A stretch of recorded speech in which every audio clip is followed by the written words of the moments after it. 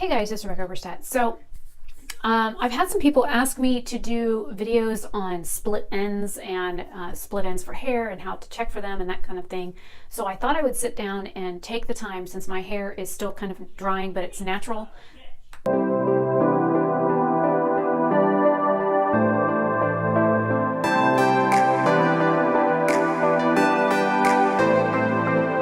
So because my hair is in the middle of drying right now, I figured it would be a good opportunity to sit down and record this. Now, I've never had split ends, but as a hairdresser, I have worked with clients that have had split ends and that kind of thing. Basically, what a split end is you have one shaft of hair that ends up doing this at the end. And what causes that is the hair shaft gets weak. We have what is called a cuticle on the outside of our hair. So when we have heat treatments, color treatments, any type of chemical treatments on our hair that we put it through on a regular basis, that can cause the hair to weaken. It can cause in the salon, we would use the term called blown out, where when we're talking about a cuticle usually on a hair shaft is straight up and down. But when a cuticle is blown out, it'll do this. And what it means is, say you've over processed your hair with either a perm or hair color or lightener or any type of like chemical treatment. Your hair, the cuticle on it is kind of like a dragon scale, so they layer over each other and they lock into place.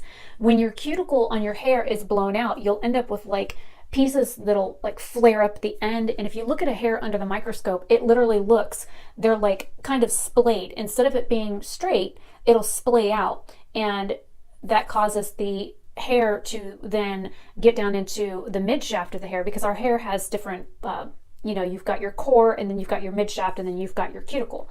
So what it does is it then exposes your mid shaft to elements or chemical treatments and that kind of stuff, which causes this to split even more. So you've got your main piece of hair, and then you've got this piece that's doing this off to the side. Now, I'm going to include some clips of some video that I tried to take against my bathroom counter, because my hair is so dark it is hard to show on camera some of the different things. I get something in my hair called a weak end. Basically what it means is, instead of my hair having a nice straight blunt cut, it comes to a point, and I actually will take the time, if I see it in my hair, I will take my, like I've got one right here, I'll just take my shears if I see it, and I'll snip it off. And I get bored at times, and I'll sit at my desk and I'll find them, and I'll sit here for a few minutes and I'll just look through my hair, and if I find anything that looks like it's tapered at the end instead of a blunt cut, I'll just cut it off. My hair isn't all, the majority of it is all one length, but because our hair is constantly growing and changing,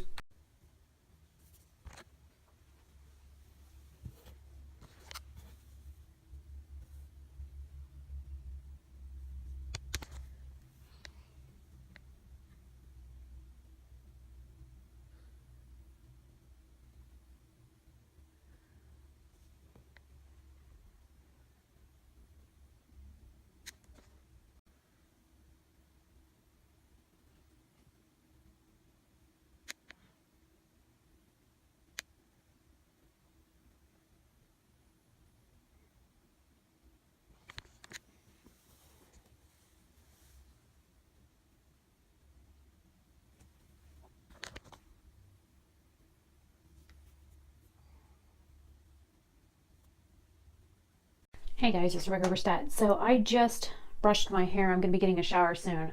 But I wanted to show you what I mean when I say weak end for hair. See how the ends are like kind of tapered and pointy? That is what I call a weak end on a hair, where it kind of comes to a tip instead of like a blunt finish. My hair doesn't get like split ends, but it does come to like a little tapered point like this. And I'll show you my hair up close. You look at my hair, see how it's like flat straight across? This is what my hair looks like up close.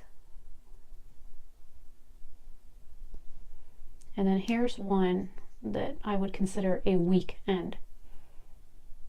See how it's kind of like thinner at the end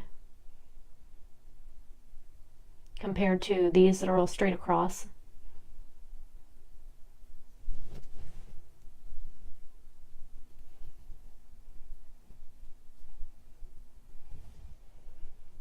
So you have my normal hair, and then you have the piece like this that just looks a little thin on the end. Trying to find something white. See how it looks a little thinner on the end compared to my other hair? That's what I consider a weak end. And I'm going to be throwing my hair on the counter so that you can see. Since I did a swatch video for some eyeshadows, so the camera's still set up on the counter.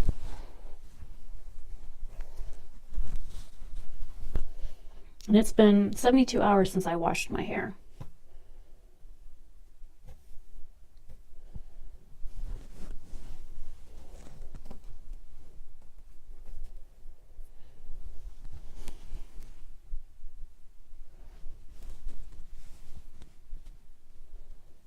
There's glitter in my hair.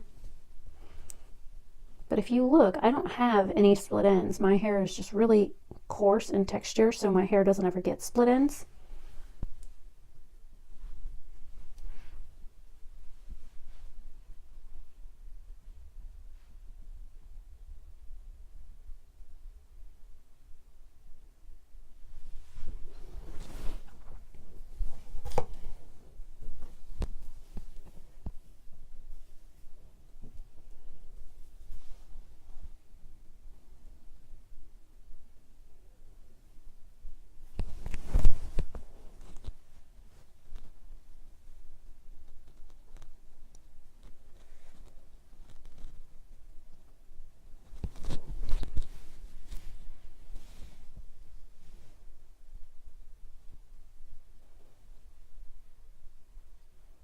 See how all the ends look about the same?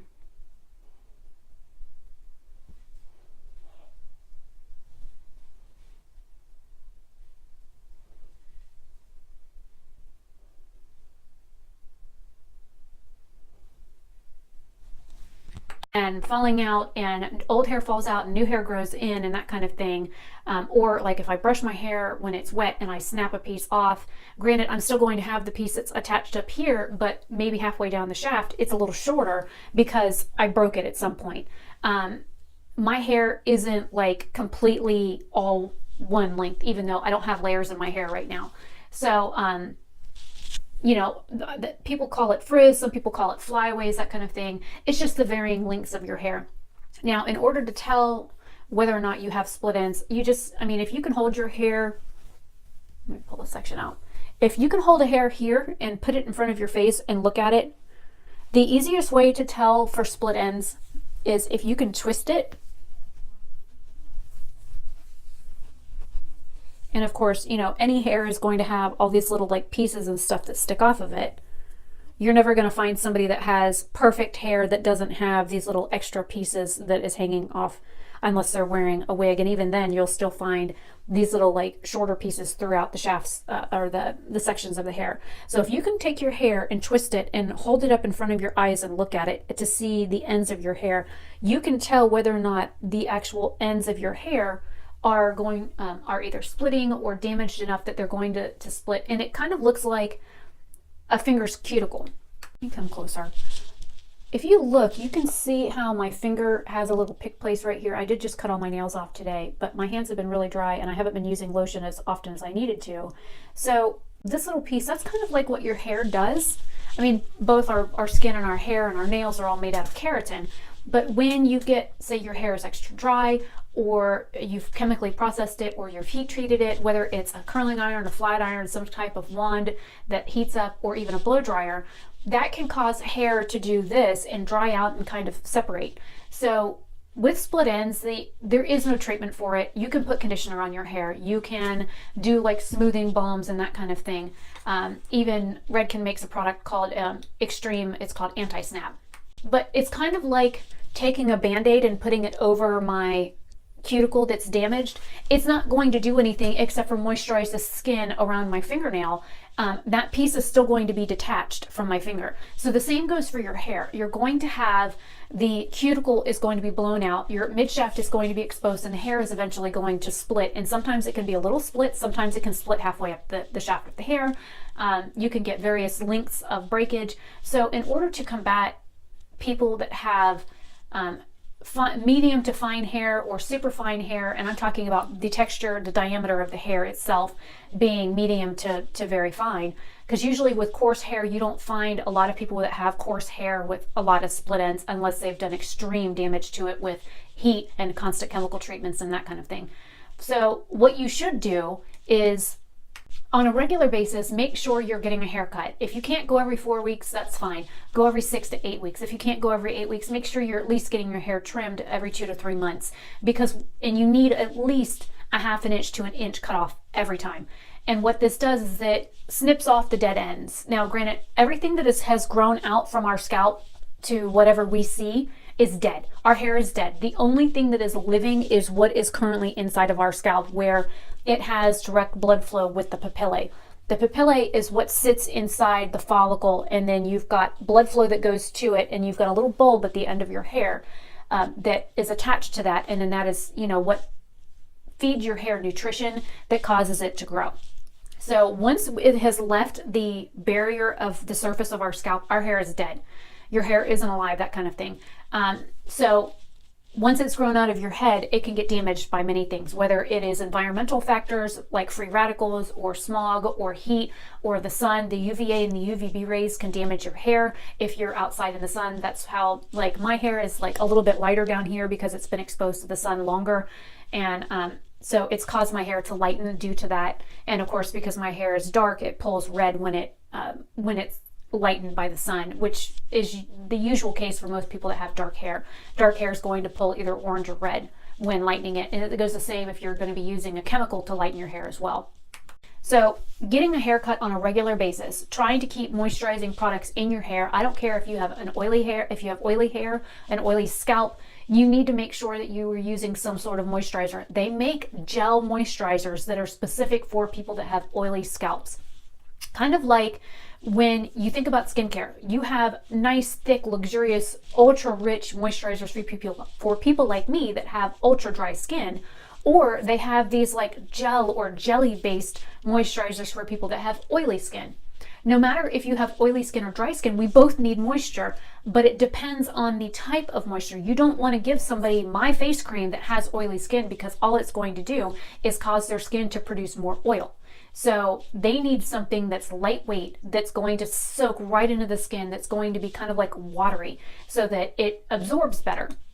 So when it comes to hair, you need to take into consideration the condition of your scalp, whether you have a normal scalp or a dry scalp like I do, or an oily scalp like my dad.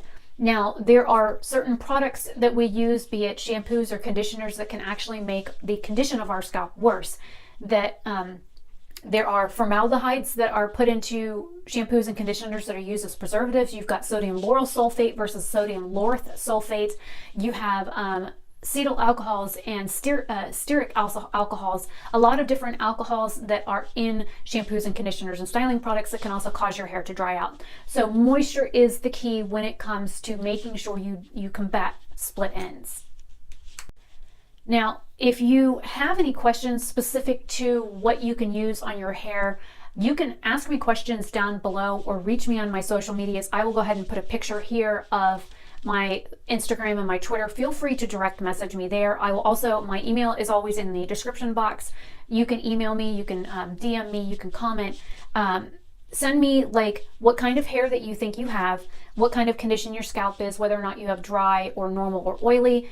If you have conditions like itching or dry patches or eczema or dandruff, those are all things that I look at as a cosmetologist. I look at those factors of the condition of the scalp, the condition of the hair, the scalp conditions that you may have besides your scalp condition, where it being normal, oily, or dry. There are other contributing factors that will help me understand your hair a little bit better, so that I can point you in the right direction for products you should use versus products you shouldn't use, and vice versa, when it comes to how to treat your hair, how to get rid of split ends, or just different things that you can do to make sure your hair is healthy. I mean, I could probably tie my hair in a knot and pick up stuff with it. My hair is very healthy. I very rarely heat treat it, and it's not, I don't not heat treat my hair because I'm lazy. It's because I don't want to. I am growing my hair out in order to cut it for donation. So I want my hair to be as healthy as possible when I donate it, so that whoever gets my hair in a wig is going to have hair that's going to last a lot longer than somebody that maybe donated hair that had color on their hair. I want to make sure that I'm not using harsh chemicals on my hair. I am using sulfate-free shampoos. I'm using sulfate and paraben-free products. I do a lot of oils in my hair to keep my hair moisturized at all times.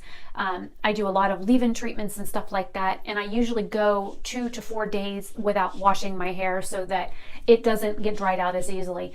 I don't use dry shampoos due to the alcohols and some of the chemicals that they put into those products. Plus, they make my head itch like absolute sin. Like, I could just dig my scalp all day long using a dry shampoo. It's absolutely horrendous. So those are other things that I take into consideration when using products. So hopefully this helps. Hopefully you got a chance to look at some of the close-up videos that I took of my hair against the counter, and that this is, I don't know, kind of a rambly way to explain split ends, how to treat them, how to get, you can't get rid of them unless you cut them off. So, I mean, if you have the time to just sit and just kind of snip the ends off your hair, you can do that. I used to get bored when I was younger, and I would just, find random spots on my hair that had what looks like a weak end, and I would just go snip. So I've done that for years. It also saved my mom trips to the hairdresser because I was trimming off dead ends on my own, and so I didn't have to go as often. Plus, my hair, growing up, my hair was varying lengths and stuff, but for the most part, my hair has always been long. I just don't like the way I look with short hair. Plus, I don't like the fact that I have to do something to it. I don't like the fact that I have to curl it or blow it dry or style it or put hairspray in it. I don't like the feeling of most products in my hair. If I can feel a product in my hair, I don't want to wear it. The same thing with foundation. Like, I don't really wear a lot of foundation because I don't like the way it feels on my face. I would rather do this and feel my skin versus do this and feel product. So I hope that helps. Hopefully you guys have a great day or night wherever you are. Feel free to comment down below. Again, feel free to reach out to me on different social medias. I'm more than happy to address hair conditions. Well, not actual conditions, but I can give you some pros and some cons and some things to think about and products that you might want to try out to use on your hair if you're having certain things going on and you have questions about them. So I'm Rebecca Oberstadt. Hopefully you guys have a great day or night wherever you are, and I will see you in another video very soon. Bye.